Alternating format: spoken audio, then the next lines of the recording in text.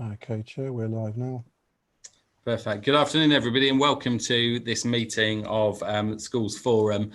Joe's unavailable for today, so I have the great honour of chairing Schools Forum this afternoon. As Paul mentioned, we need 10 members to be quorate, so I think we might just be about to achieve that because I've just seen John Lake pop up in there. Yeah, I can confirm, Chair, we're now quorate. Okay, perfect. That's great. Just to make everybody aware that the meeting is streamed live on YouTube, and also for contributions, we'll use the raise hand function, which you can find just on, if you click on participants, and then it should give you a menu option to the right hand side to raise hand, and we'll use that convention for contributions. Paul, any apologies for Yes, Sharon Chair. Pinson offers her apologies today, please. She's just too busy.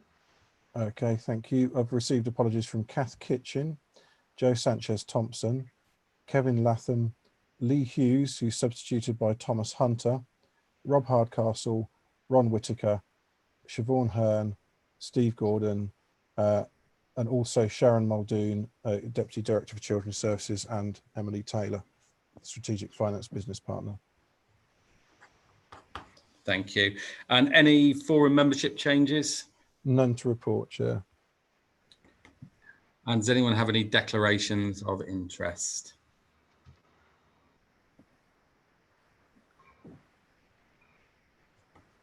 Okay, great. If we move on to the minutes of the meeting of the 19th of May 2020, and if we just check these for accuracy, first of all.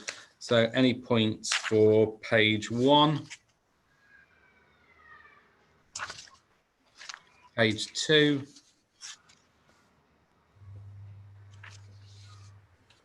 page 3,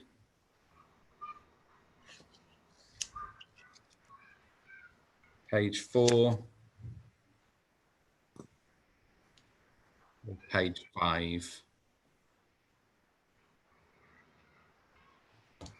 Great, so I think if we're happy to take those as an accurate record of the minutes of that meeting. And in terms of matters arising, I'll just begin with the officer feedback. So on point 1, we're still awaiting an update on fieldwork family support. And I know Paul has been looking into that with Sharon, and we're yet to get a date for that. But I think in speaking with Paul, we would need to make sure that happens prior to, is it a December meeting, Paul, did you say? It's linked to the central services pot of funding, so yeah.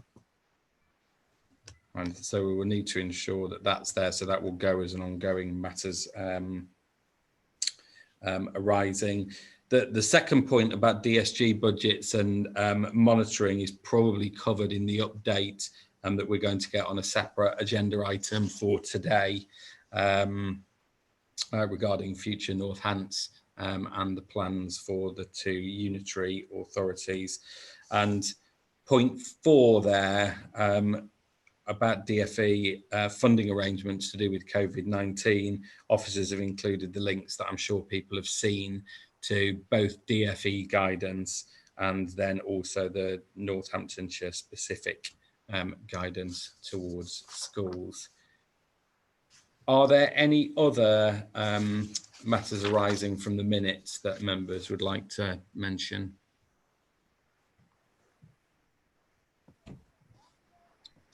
Okay, great. We'll move on to the next item, which I think is handing over to Beth for DSG Outturn. Thank you. I'll just put my screen sharing. Hopefully you can all see my slides. Shout if you can't see.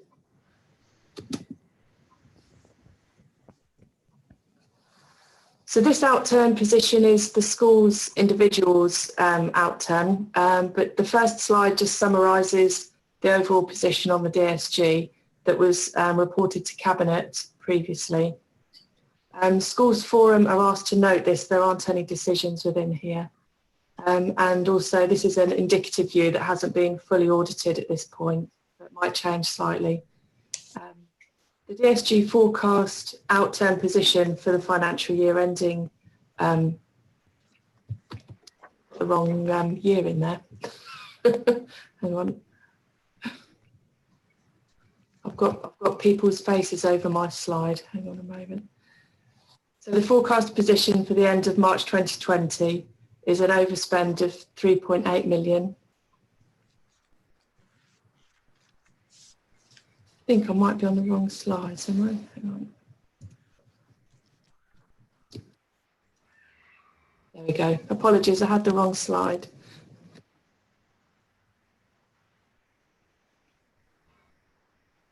That's better.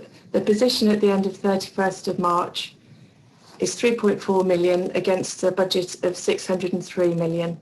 So a 0.6% overspend. We don't have to submit any kind of deficit recovery plan to the ESFA unless that reaches 1%.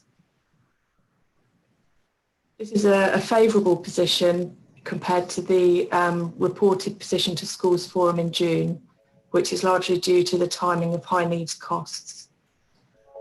The individual schools balances, which is the majority of what this presentation is about, total 14.4 million across 120 maintained schools. Approximately half of that is uncommitted and half is committed balances. 7 schools were in deficit position at the end of 1920 with a total deficit value of 300,000. The number of schools with deficits has increased as compared to last year from 5 to 7, and the value has also increased by 210,000. Schools Forum decides on the maintained school balance control, the maintained members of Schools Forum do, and the current policy is that balances of 5% for secondary on the uncommitted balance and 8% for primary, special and nurseries can be carried forward without any review of what makes up those uncommitted balances. We don't have any that have breached those levels. In the next Schools Forum meeting, I'll bring that policy to you all to have a review and to see if you want to change that, especially in light of perhaps any changes due to COVID in relation to the balances. And also because this kind of mechanism for reviewing the balances doesn't happen for academies in the same way. So I'll bring that paper to the next meeting to review that policy. But as I said, we have no uncommitted balances above those levels for 1920. The maintained schools each submit their balances on a form, and a version of that form forms the appendix to this paper with the totals accumulated for all of the maintained schools. And it sets out the specific purposes of the earmarked committed reserves and also a single line for the uncommitted. So as I've said, the individual schools balances total 14.4 million across 120 maintained schools, which are comprised of 9 nursery, 106 primary, 1 secondary and 4 special schools. So in overall terms, the maintained schools balances have decreased between 1819 and 1920 by 2.5 million. And that decrease is seen across the categories in the committed revenue, the uncommitted revenue, and in the community balances, and also in the capital funding. Academies report their year-end position and reserves at year-end through their statement of accounts, and they have to be published on their websites in the public domain for the end of their financial year, August, and are on their individual or trust websites. The following slides break down the maintained schools balances over the 4 main areas into tables of capital, community focused, committed and uncommitted, and give the breakdown by sector, by phase, nursery, primary, secondary and special. So you can see, looking at the capital balances, that they've decreased in the primary and special sectors, but the nursery and secondary have seen slight increases in their capital reserves. For the committed revenue balances, we're seeing a decrease across the board. Apologies, the secondary school hasn't, that stayed even. Uncommitted revenue balances, we've seen a small increase again in nursery and secondary, and a decrease in primary and special. And then there's the community focused reserves, which are only relevant for the nursery schools, and that's a small decrease. So an overview, the school deficits occur where there's a negative uncommitted revenue balance. That could be due to a number of factors, falling pupil numbers, which can result in a reduced budget because pupil numbers is obviously the key driver to the school funding formula. We've got a comment in here that although schools are autonomous bodies, the local authority is still accountable, and the reporting requirements for schools in deficit are still there, and schools will work with us to show and demonstrate how they are going to cover those deficits. And when they set their 3-year budget plan, we monitor that, particularly for schools in deficit.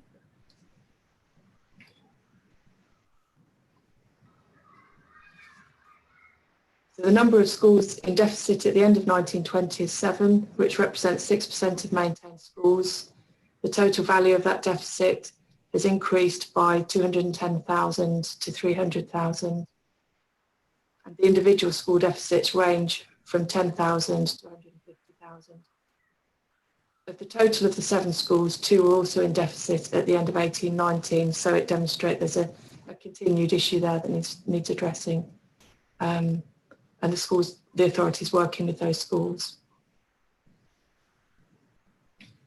It is a relatively small percentage, 0.3% of the overall ISB. And then we've just got some information there on the school numbers and a table to show how the split between academy and maintained school numbers. Happy to take any questions.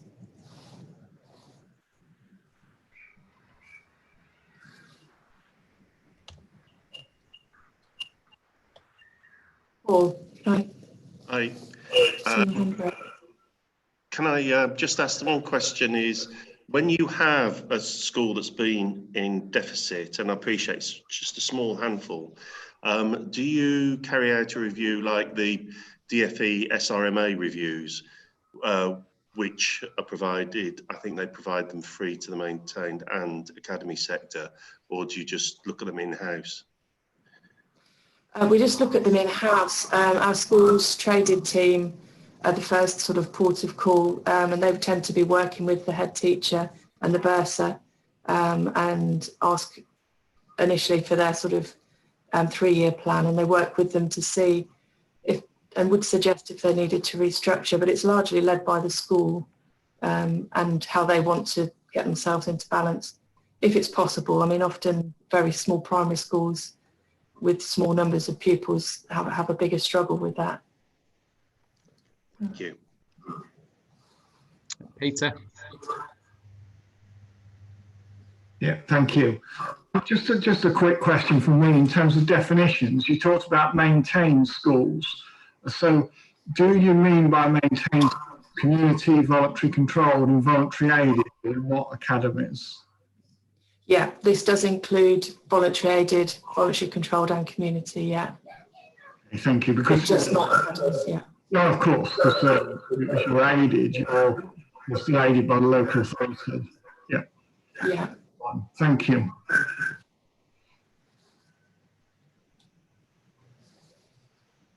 And just what to make that is, although, what is the additional support that goes into those schools that are carrying forward a deficit budget for more than 2 years in a row? Because obviously, of the 5 the previous year, 3 have got themselves out of that position.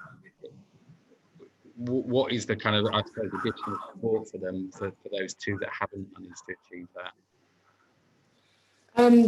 There isn't a huge amount of additional support other than the schools team that work with their bursars and head.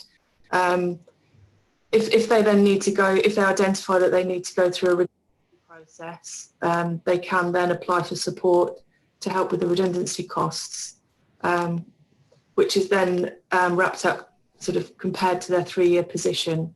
So with that, the policy on how we distribute that funding is something I'd like to bring to us as well, because it isn't clear cut, but it's essentially you start at a 25% contribution and then more if it looks like the costs can't actually be covered by the school because their budget line is so low. So I'd like to see something a bit more written in a policy form so we can all refer to it, so that when we have staff leaving that we're not kind of left trying to figure out how it's applied. But there isn't an awful lot that's done other than sitting down and working with them to look at their staffing structure, and giving them information on how other schools have done the same sort of process. Thanks. Pat? Yeah, I'd like to reiterate what you said there, Beth, because I think the availability of the redundancy fund is not transparent in any way, shape or form, and it'd be quite nice to take it to forum so that there's an agreement with regards to both the process and the values of it. So yes, please. Yeah. Thank you. Is there a right meeting where that sits, Paul? Or would that be a kind of agenda item for us to put in as we see fit? Yeah, I mean, obviously it can come back to forum. The DSG outturn as a whole is reported into Cabinet in terms of NCC governance. I was thinking particularly about that point about a kind of transparent policy. It's the de-delegated fund, isn't it? I don't think there's a specific time of year that we would have to bring it, other than it would need to be before the start of the next financial year, and it would have to, I think, apply to the next budget. So we'd be looking at 2 shadow forums making that decision for North and West. I'm assuming both would want the same policy, but it's up to the shadow cabinet, shadow schools forum when we've made those. But we could bring it to the next schools forum. Okay. I think. Yeah, that sounds like a good idea. Anything further? So if we then move on to the 2021 DSG monitoring, and that's you again, Beth. Great, thank you. See if I can get the right slides up this time.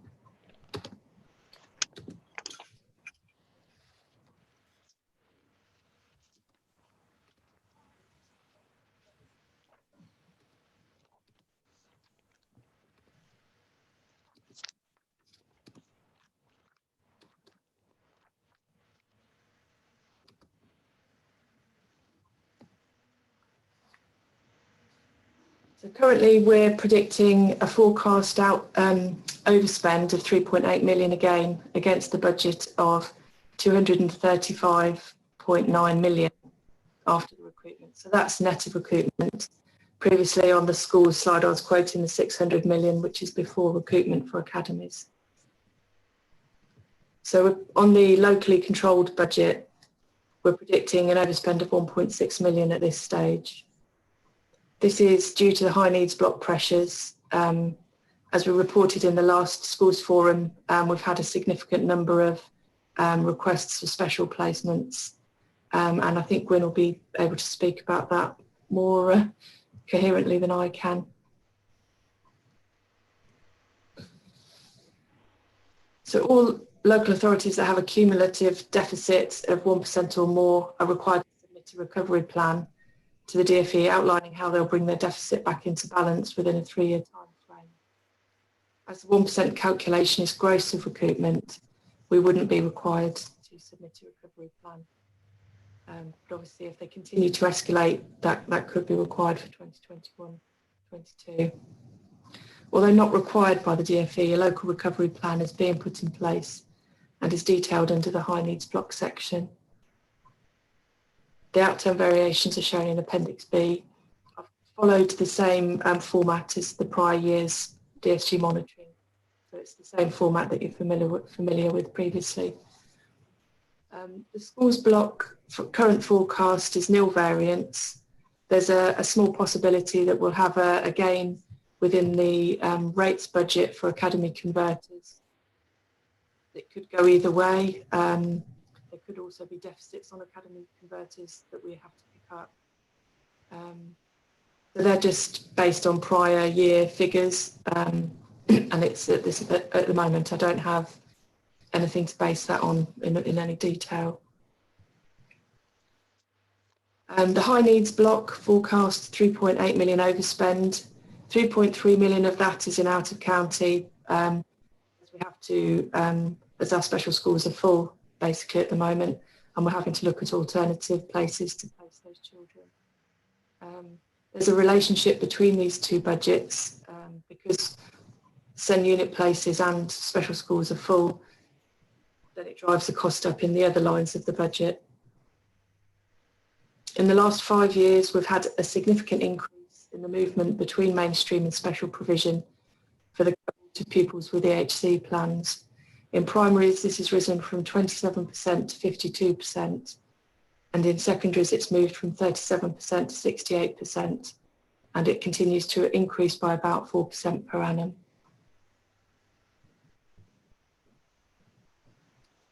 Many specialist places have been opened to cope with increased demand and more demand. Since 2015, the number of special places has increased by 50%. Currently, they're all the special school places are full to capacity. Work is underway to increase SEN unit provision. Currently, 6 proposals are under discussion, with longer term proposals being considered. The SEN unit budget for 2021 included an increase of 0.9 million, of which 0.75 million is already earmarked for 3 new units for 30 pupils. More placements are expected to be needed after the start of the new academic year in September. This is a continued pressure and is unsustainable. The budget for 2021 includes 1.25 million funding for project work, and that's been earmarked to look at ways of reducing the high needs spend while ensuring needs are met and best outcomes are achieved. This includes work on expanding the SEN unit provision. There is concern, however, that this funding may be needed, this project funding may be needed to fund COVID-19 support for when pupils return to school in September. Colleagues are predicting higher anxiety and behavioural issues when pupils return. In addition, a review to manage and reduce the number of permanent exclusions is underway. Due to COVID-19, the progress on planning and implementation has stalled. The plan includes engaging with schools to enable them to manage children in mainstream provision, as well as reviewing the alternative provision market and improving our commissioning activity and focus in this area. So looking at the risks and opportunities at this stage for 2020-21, the special schools physically have reached capacity. The number of out-county placements may increase above the forecast level. There's a continuing increase for demand in EHCPs, which may lead to increasing special requests. There's a forecast that September start as an independent schools has been underestimated. COVID-19 impact, once schools reopen and may result in more financial support being needed by schools to prevent exclusions. So that's the end of the high needs block section, and I'll let you direct your questions to Gwyn on that stage. The early years block currently forecast is nil budget. There's a July DSG adjustment which relates to the last 7 months of 1920 and also amends the indicative budget for 2021. It sets the first 5 months for 2020-21, and then it's the next January 2021 census that will set the final 7 months of budget for 2020-21. So that's being announced towards the end of July. I've currently have an accrual in the accounts from 1920 for about 46,000. So that was the draft census indicated there'd be an adjustment of an increased grant to 46,000. But it's notoriously difficult to work through the calculations on the census data that comes from schools, AP provisions, specials, and all of the PVI and nursery sector. So in previous years, it can be up or down a couple of 100,000. So that's put in here as the risks. And that's the end of our monitoring report. Great, thank you, Beth. So questions on any of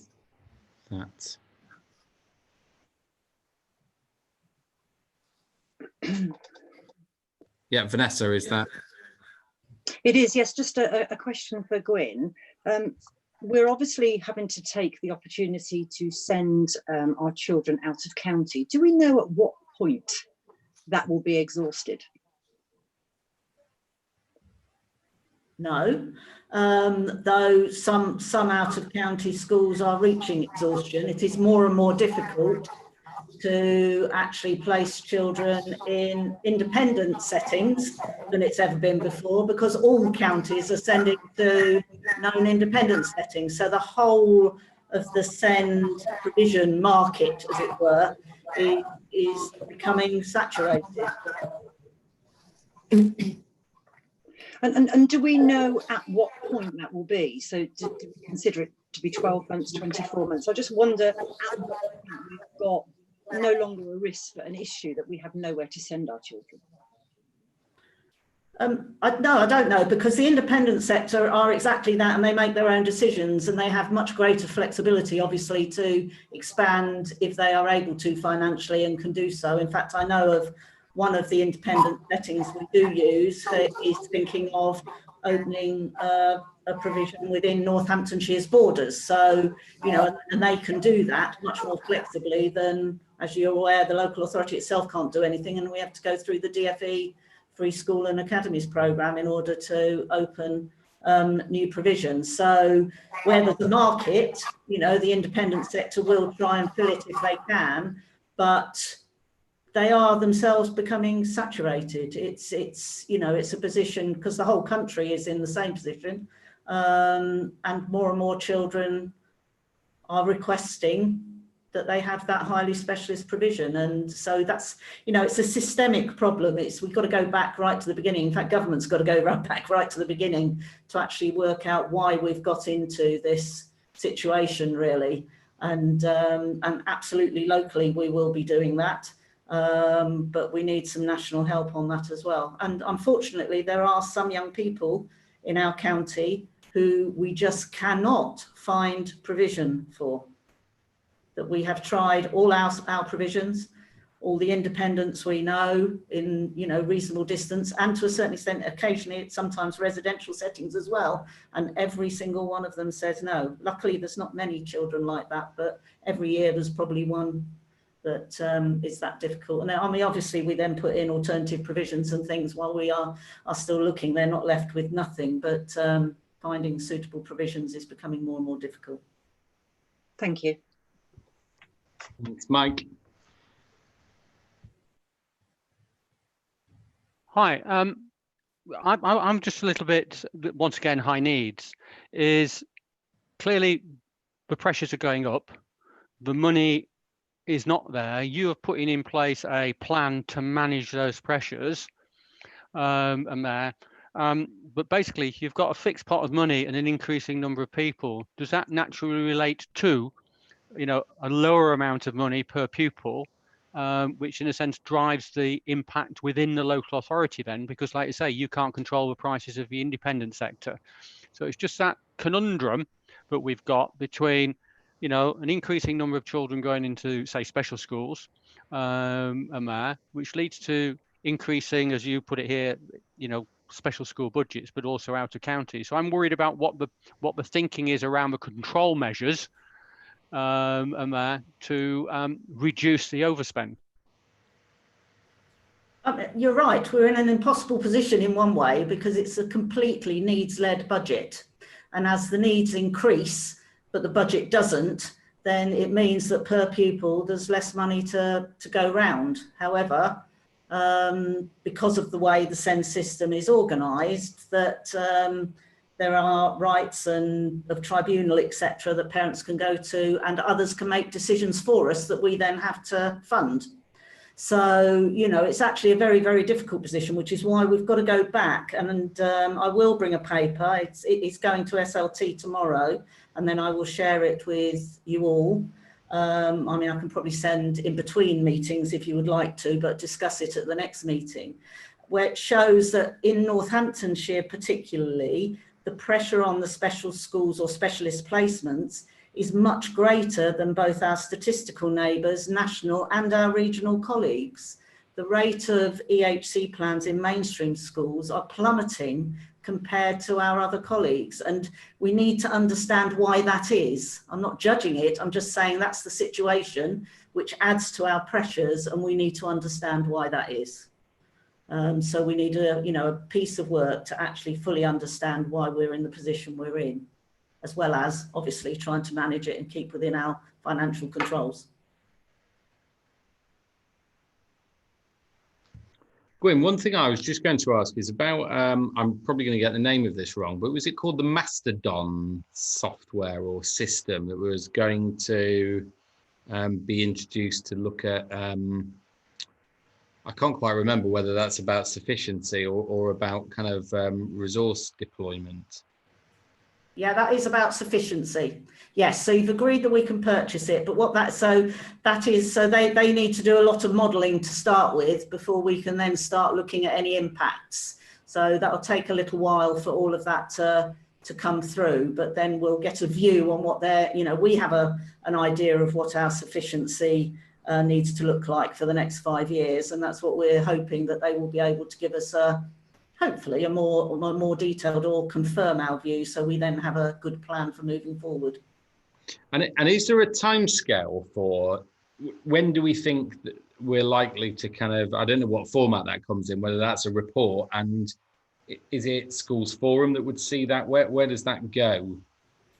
Yeah, I think there's no problem with schools seeing that. It is a report, but then it's also an online sort of modelling system. So, I mean, I don't know how many logons I'm allowed, but I mean, this sort of, right, or if I'm, you know, if we meet again face to face, I sincerely hope, then, you know, I can log on and we can share that. So I don't think there'd be a problem with that at all.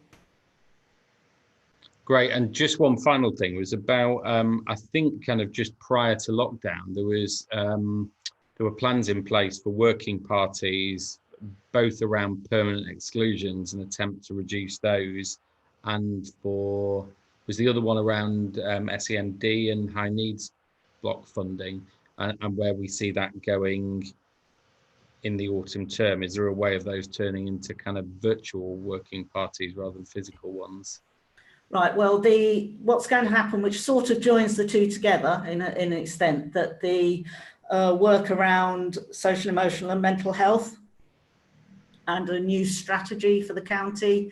So that goes from the very earliest identification of that at whatever age through to our highly complex young people who are supported through specialist CAMs, etc. So I'm starting with other colleagues to look at that, to come up with a high level proposal of how we can action this work. And then there will be calls, and it can be both remote as well as, you know, as once we can all meet face to face again. You know, I want something.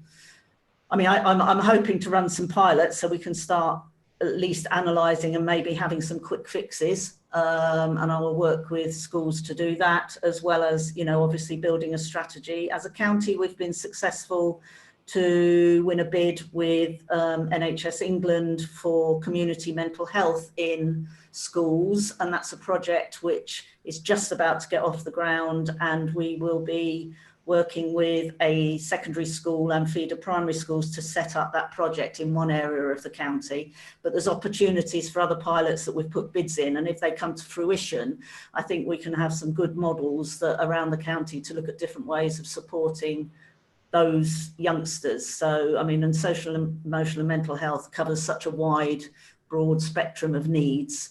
that impact on, you know, day-to-day running, and of course would also hopefully pick up these potential additional strains of COVID return. So that work on SEMH will be, you'll start hearing about that very, very soon, with lots of different ways and opportunities of being involved, both as a forum, but also as individual schools. Wider stuff around SEN, I mean, we need to look at a lot of SEN processes and things, but obviously the last 4 months has put a bit of a spanner in the works to get anything else off the ground. But we haven't stopped, you know, we know they haven't gone away. Any other questions? Gwyn, I think it's over to you again for the update on future Northants and the plans for unitary authorities.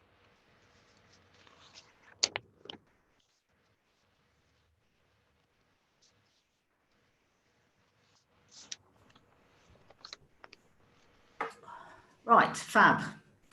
Okay, so this is just a brief overview, and I apologise because, of course, Sharon would normally be presenting this and knows a bit more of the detail about this than I do. So are you in control, Paul, or am I in control? Yeah, I'm in control. So just let me know when you want me to flip through the slides. Yep, so let's go. So there's only a couple of slides.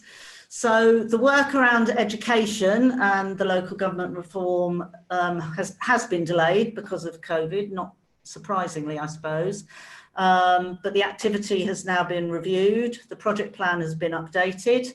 So there's 3 key areas of focus. So we've got to map the North and the West structures for education services based on, you know, high level, and the Joint Implementation Executive is the body that all proposals, etc., will go through.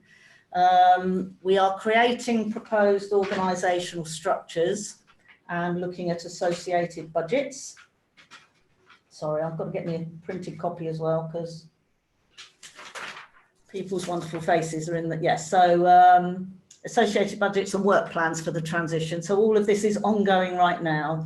And then we will link those education work streams into the wider developments for the new unitary structures to ensure that all the sort of the back end supporting structures are in place.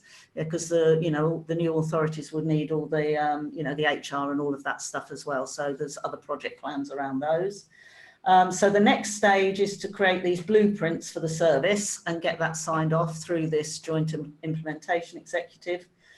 At the same time, we're reviewing the DSG and the Schools Forum to create the new unitary structures. Obviously, the finance team are working with DFE on the split of DSG funding, as well as obviously looking at our NCC funding. Can we go to the next one, please, Paul? So once the blueprints have been signed off, we can then share these much more widely. So there needs to be identified head teachers and early years sector representatives to then work with us all to actually formulate the final plans, consultation and engagement with unions and staff around the proposed organisational structures. And then obviously we will need to have a creation of new North and West Schools forums to be in place so that the budget and future delivery of plans for when the unitary, well, vesting day on the 1st of April is there. So the forum structure needs to be in place as well. And then there'll be implementation plans, because it's not all going to be absolutely 100% on the 1st of April, but it will be safe, it will be, and it's then about, you know, taking forward the development plans for those 2 units.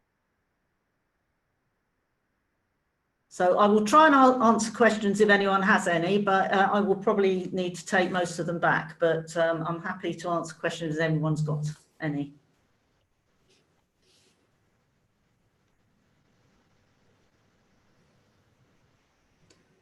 Yeah, Peter. Yeah, I asked this question a few meetings ago, so I'll ask it again, try again. So what it seems to me one of the issues about these 2 authorities is around the admissions service to schools, because potentially you could be duplicating service that's there already. Does anyone know what's happening with that? It's all in the mix, Peter. I can't tell you what's happening. I mean, but they're part of education services. So all of that is being looked at, how they will all work within the 2 unitary structure. Okay. And the unitaries just starting on the 1st of April next year? The unitaries are there from the 1st of April next year. So decisions will be made before that to say how all of the services in education will be managed from then. Okay, I'm sorry, I am a bit of an admissions bore, so I'm sorry to be ever so pedantic about this, but you're often thinking 18 months ahead with regard to admissions. Mm. So I know it's not your decision, but if someone could take it back and say, actually, this needs to be thought about now, not the 1st of April next year. Well, I mean, that's the thing, Peter. It is being thought about now. It's been thought about before this, but and everyone is aware of the risks for many of the services, not only admissions.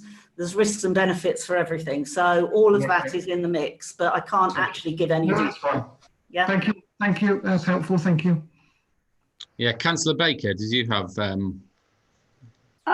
Just to add to Gwyn, which she may not know or she may know and doesn't want to say at this point, but the admissions service, from my understanding, will be delayed before it moves because of that particular April time being so delicate and poignant for admissions that it's not going to be moved until later. That was my understanding at the meeting that I've had this morning. Thank you. That's very helpful and reassuring. Thank you. Great. Anything further on that? And you again, Gwyn, for the COVID-19 update. It's your lucky day. You've got me 3 times. Right. Okay, Paul, we got this one. Another 2-slider. Right. Straight on the next one. Oh, yeah, straight on the next one. But right. Okay. So the progress to date. So the majority of schools have stayed open throughout this period. And currently it's 96% of schools, and pupil attendance has been positive and above national averages. So, and that is recognised by DFE. 26% of children with allocated social workers have been accessing schools. So that's being in school. And obviously, again, that's very positive against national picture. And of course, as all of you know from schools, there's lots of work been going on for those that haven't been in school for supporting their home learning. There's been head teachers' newsletters. It says daily here. They were daily to start with. 57 have been sent out over the period. There have been a few lulls when we haven't had tsunamis of DFE guidance to try and work our way through, but they come out whenever there's issues or, you know, things that we need to actually share with schools. And I think they've been very, very well received by head teachers. The supported DFE initiative to issue laptops, they all arrived at the end of last week, and they are zooming out of 1 Angel Square at a rate of knots. So they will all be, I believe, by the end of this week out in the schools to distribute to children, and the social care ones will be distributed in another way.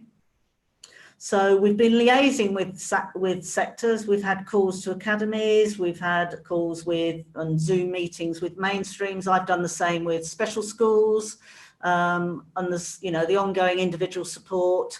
And we've been working with unions to support the school reopening, you know, when there was that, you know, the earlier reopening before the news about September, and supporting schools with risk assessments and that sort of thing. So that's what we've been doing to date. Thanks, Paul.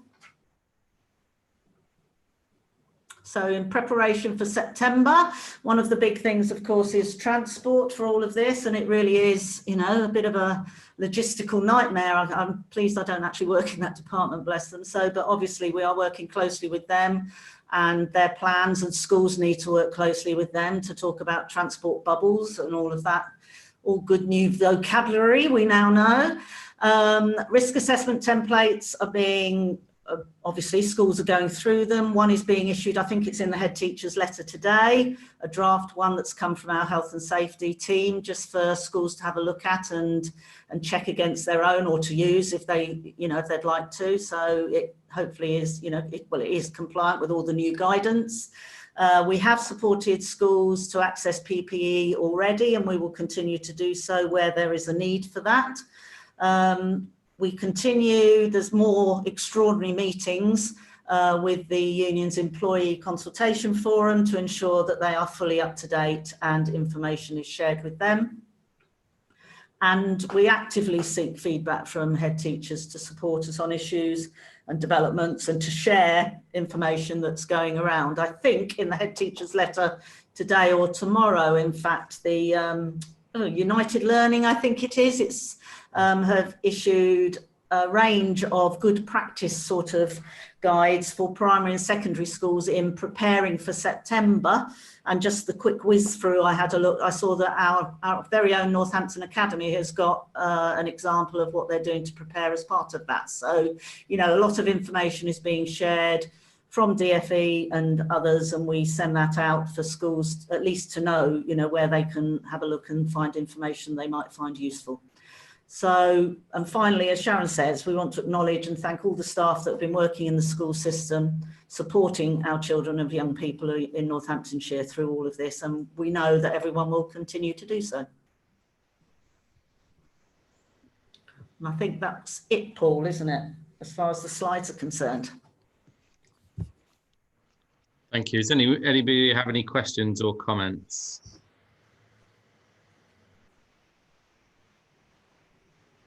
Yes, Paul. Thanks. Just a quick question, if Gwyn knows or Beth. With your maintained schools, with the advice obviously you're giving out for PPE and other supportive measures, who pays for that? Are the county funding that, or is it coming out of their school's own budgets, delegated budgets? I think that is, well, I don't know exactly. We have supported in some instances, but I'm not sure that's the same going forward. I think, you know, we've got the lockdown bit, and then we've got the post-September, which I think the rules are different. But I don't know. I can take that back and ask that question.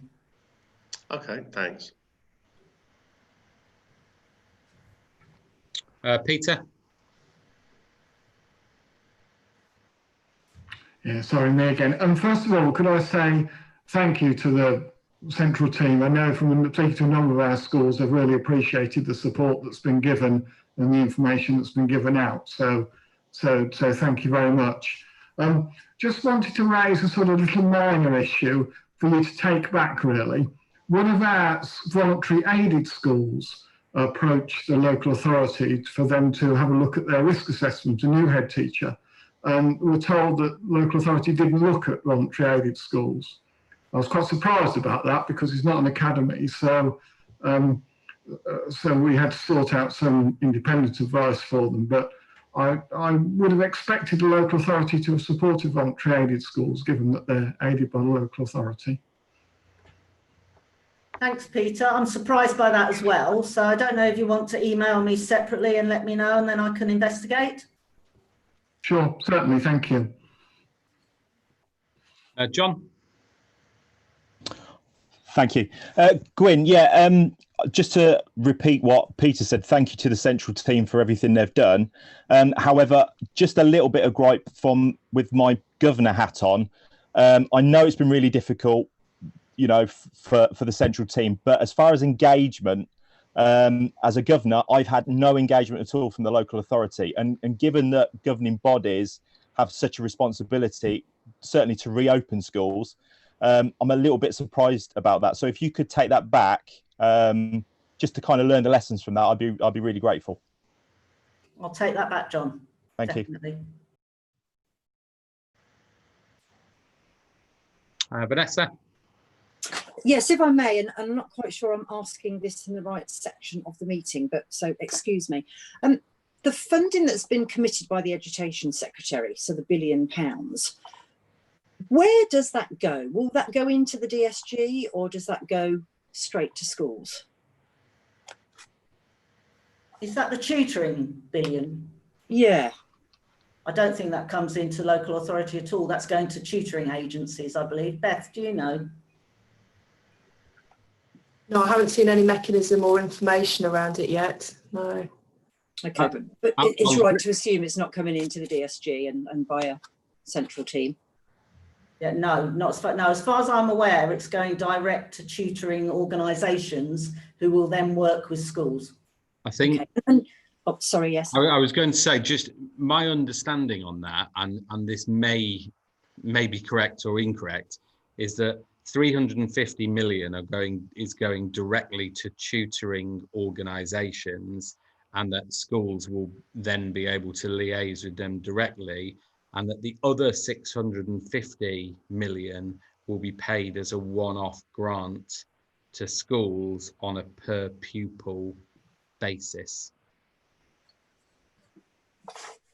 And do we know, there seems to be mixed messages about whether that billion, or whichever way it's split, just for state schools or for all schools, i.e. includes academies? So again, my understanding of that is it will include all academies, voluntary aided, all types of schools, yes. Great, thank you. They couldn't really keep it in one sector.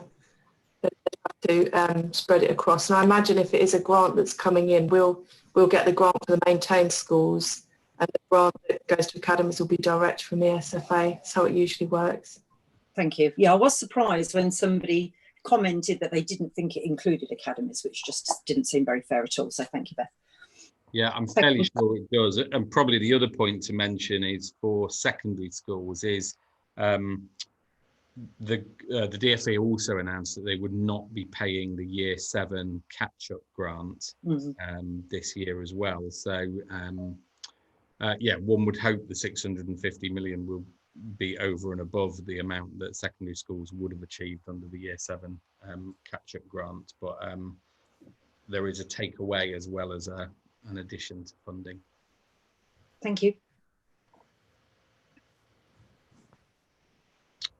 Anything further? I think when I would echo those comments that have been made by everybody. Is, you know, these are circumstances no one could have prepared for, and I think everybody has appreciated the fact that the local authority have been incredibly active in supporting schools, both in terms of centralised information and also in cases of need and crisis. And I know there's been an extraordinary amount of work done by people who work there, and I think, you know, it's right that that is recognised too. Thanks, James. I'll take that back to the team. Thank you. Okay, Paul, over to you for forward plans. Thank you, Chair. I shall try not to take up too much time on this one. So we've got quite a busy agenda, or very busy agenda, for the meeting in October, with some additional items on there, plus some items that we've picked up from this meeting, such as the balances policy. So we may be looking at a 1 PM start due to the volume of business, and there'll also be a number of votes there, including the dedelegation votes, for which we need primary and secondary maintained representatives present. I'd also just add that I've added in a couple of dates just to take us through to vesting day. So we've got the December meeting. I've also, oh, it's not there. On the agenda, you'll find a proposed date for January and March. So I'd be grateful if members could note those dates for January and March, which are on the agenda. Thanks, Paul. Does anybody have any urgent business? No hands raised, Chair. Okay, I'm going to declare the meeting closed at a record-breaking time of 2:57. Thank you very much. Have a good afternoon.